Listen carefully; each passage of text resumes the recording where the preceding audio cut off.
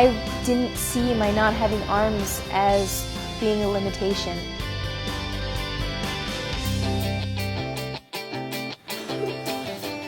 Jessica Cox was born without arms due to a rare non-genetic birth defect, but this hasn't held her back from driving a car, gaining a black belt in Taekwondo, playing the piano, scuba diving, and becoming the world's first licensed armless pilot. Naturally, people saw the fact that I didn't have arms as a limiting factor, but I was there to prove them wrong.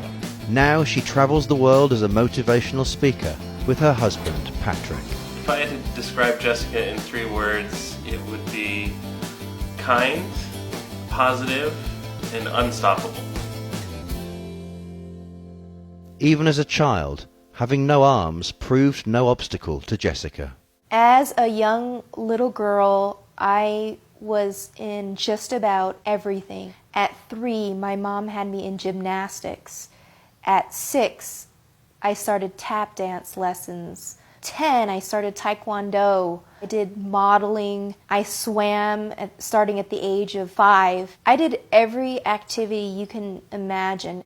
She tried wearing prosthetic arms from the ages of 3 to 14, but hasn't used them since. There's nothing that can substitute the tactile ability of flesh and bone, and my feet have the tactile ability to feel whether something was hot or smooth or rough, and it was just a lot easier to be able to make those connections with the feeling my feet provided. Despite her adventurous spirit, she had always been afraid of flying until she had a life-changing experience. One day, a fighter pilot came up to me and he asked if I wanted to fly in a single-engine airplane. That idea wasn't something that I was too enthusiastic about, but he encouraged me, my dad encouraged me, and I gathered up my courage. I was sitting right beside the pilot and he asked if I wanted to experience putting my foot up on the yoke. And when I did, and I had a feel for what it was like to handle that airplane, I knew I wanted to become a pilot.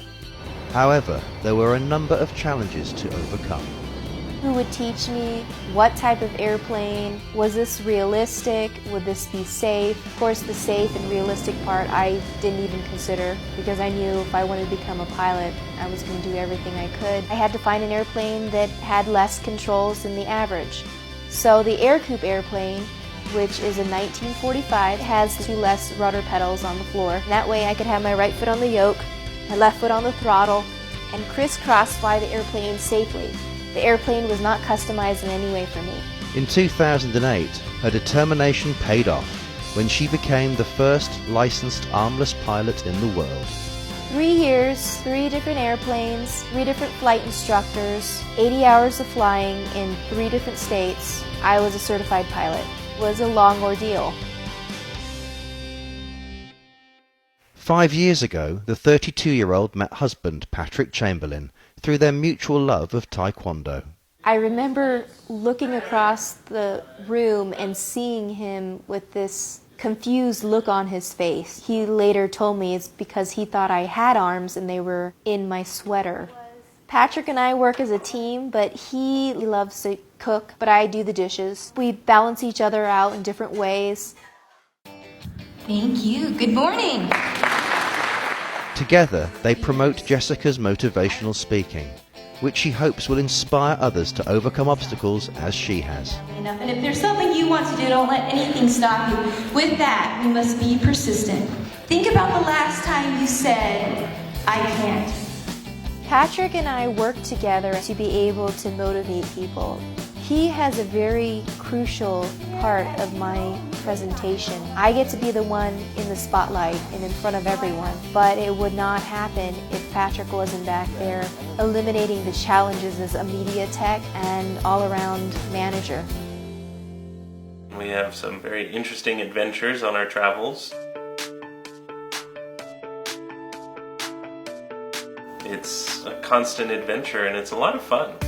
And while children may be in their future, for now they plan to continue inspiring others. If we did have a child without arms, we wouldn't hesitate because I've been able to live my life just fine without arms. As far as we know, it's not a genetic condition. We have many years to spend together and start a family. We've been talking about continuing to travel the world and bring the motivational speaking to other countries and help change some attitudes about disability.